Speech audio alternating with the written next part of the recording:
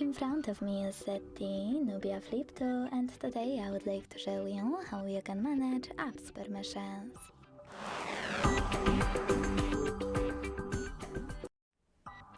Begin by opening Settings and scrolling down to click on Security and Privacy.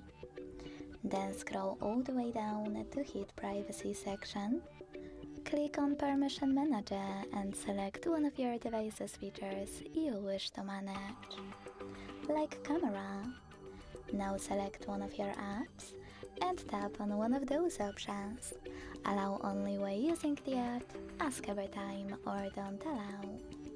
You can also select See All Permissions here and manage all of those only for chosen app the same way.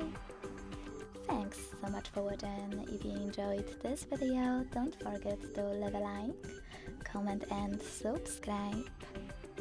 Bye!